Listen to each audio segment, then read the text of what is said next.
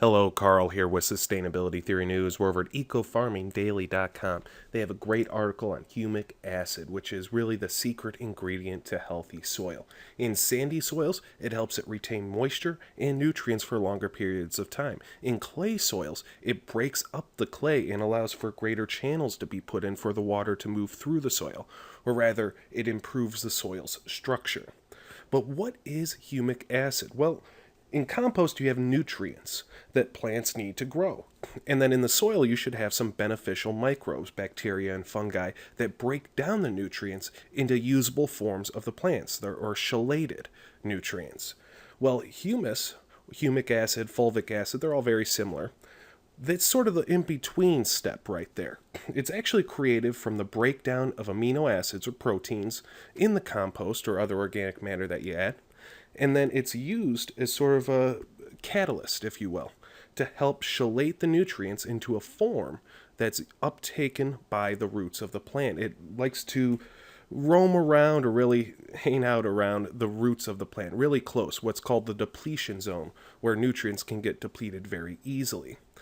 Now, you can't just add a bunch of amino acids to the soil and hope it gets converted to humus, although it certainly wouldn't hurt. But you can't just put a whole bunch of compost on there either, because good compost only has about 5% amino acids, and if you put a ton on there, well, you might actually over-mineralize the soil, have too much nutrients, and they could just get washed away. So what I use is called Leonardite. I might be mispronouncing this. This is the exact stuff I got from Amazon at this price. Now, in the previous article, I'll link to both pages in the description, they talk about 40 pounds per acre, and they have seen amazing results.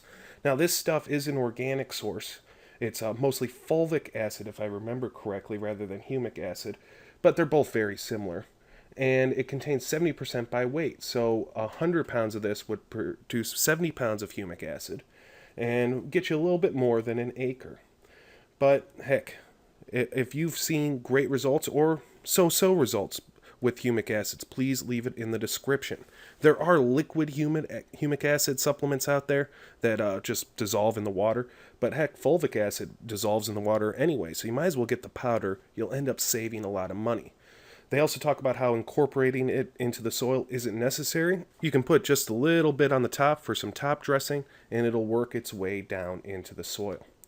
Alright, again, I'll link to both pages in the description. If you'd like to see more news headlines like this, subscribe to my channel. Have a great day.